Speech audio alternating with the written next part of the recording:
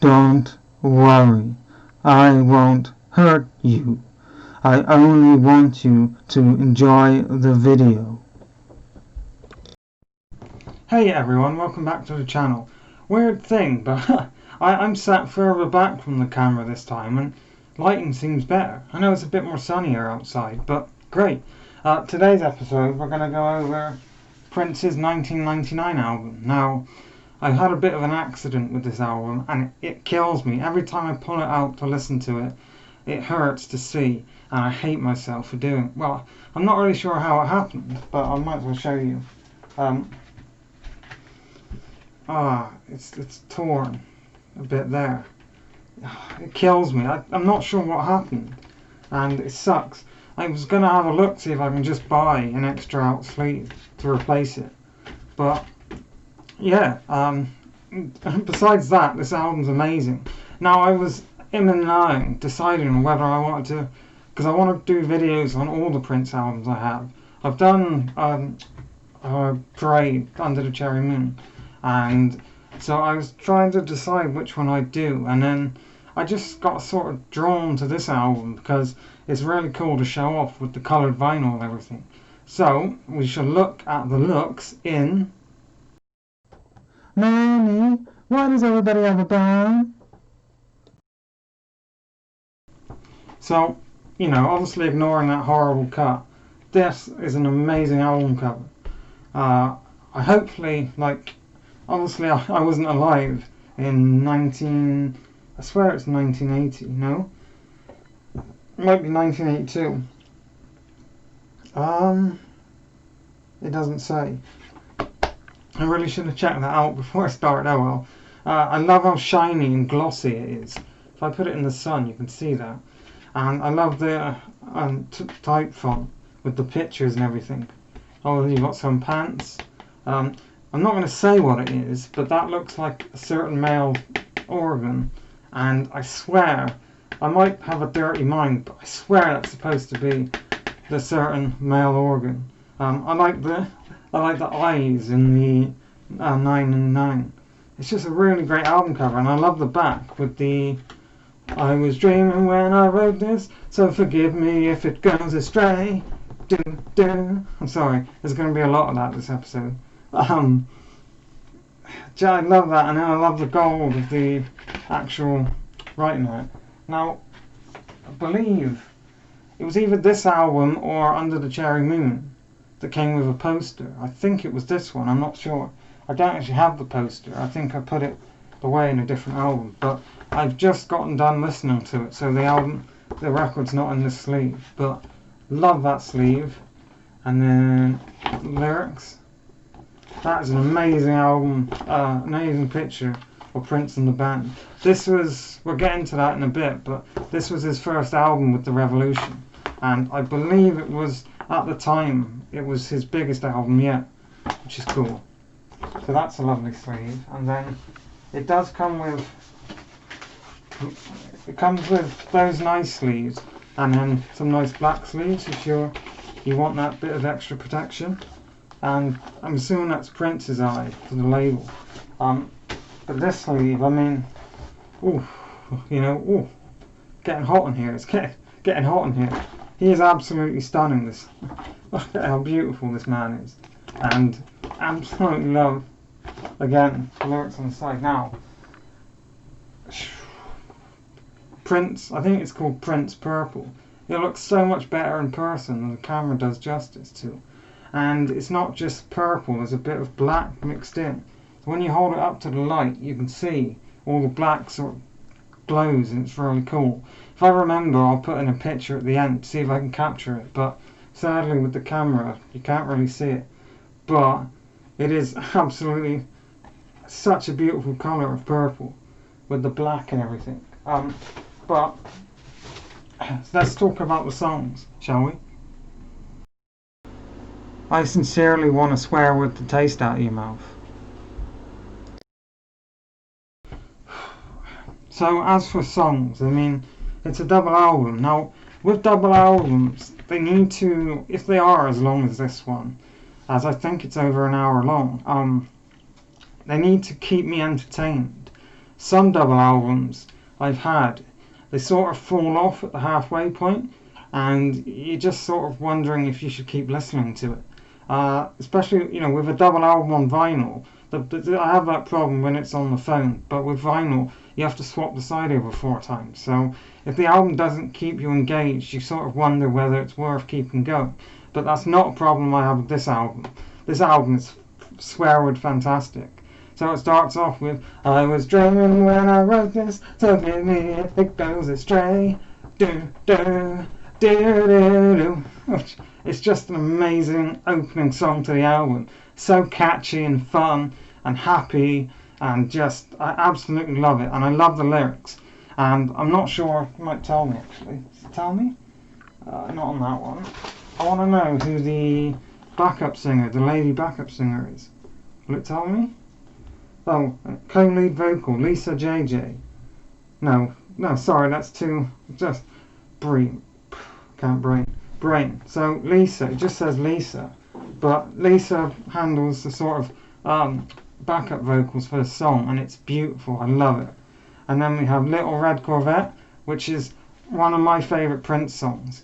Absolutely amazing, and I love how he can write a song about a car that helps him, get chicks and be in love. Like, Prince's writing is amazing, and those 2 tracks are my third and second favourite songs on the album. My favourite song on this album we'll get to in a minute, but it's like a deep cut. I don't think it was a hit. So then we have Delirious.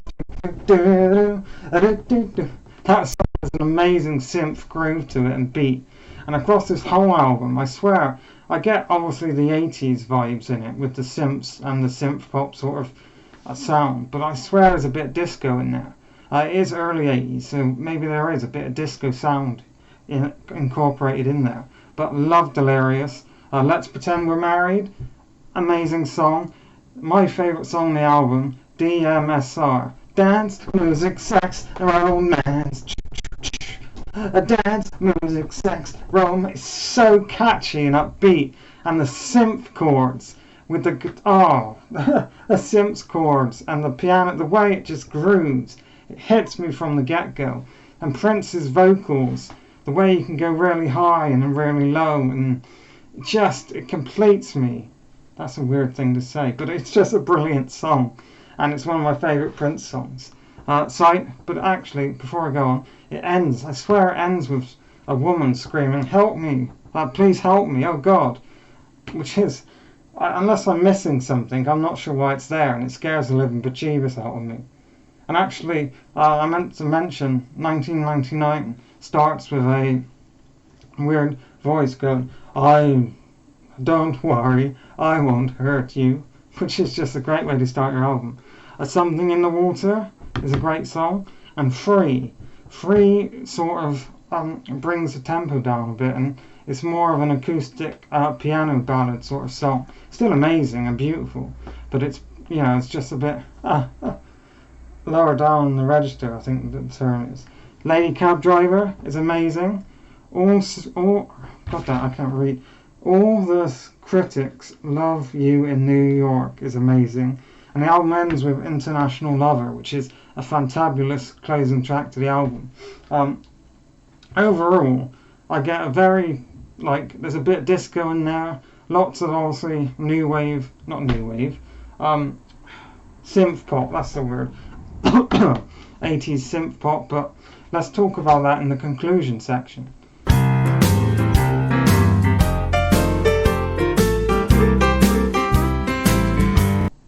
I hope you enjoy these new type of videos where it's sort of sectioned off. I had someone messaged me on Instagram, if you want to talk to me, fastest way to get me is on Instagram. They messaged me and they said they really liked it because they're not really interested in what a record looks like, but now they can skip to where it says the songs, and now they can just hear me talk about the songs. So, I don't want to say you're welcome, that sounds really big-headed, but, anyway, Prince. I love Prince, and my favourite thing about Prince is how every album sounds the same, but it also sounds completely different. Prince is Prince. If it's a Prince song, you know it's Prince, but he's able to incorporate all these different sounds and styles.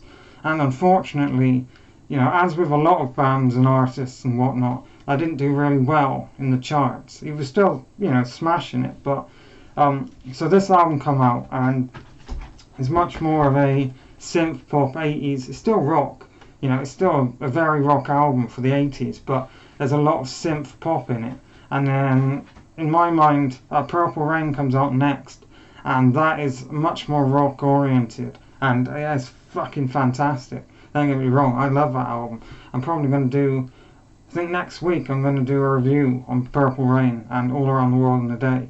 But Purple Rain, I believe, is Prince's biggest and most commercially successful album, and it is absolutely amazing with the rock leanings. But then All Around the World All Around the World in a Day sort of shocked people because he went on a more sort of experimental and psychedelic sound. I get a lot of different instruments and a lot of different sounds coming in on that album, and I think it's brilliant, but I know it didn't sell as well, and it was a bit of a financial letdown, if that makes sense. So, but following up Purple Rain was never going to be an easy task. And then my favourite Prince album, Under the Cherry Moon, I can never remember. That has it's rock leaning again, but it's more soft rock or glam rock. I think, is it glam rock? No, but it's really soft and it's not very experimental with the sounds like the previous album.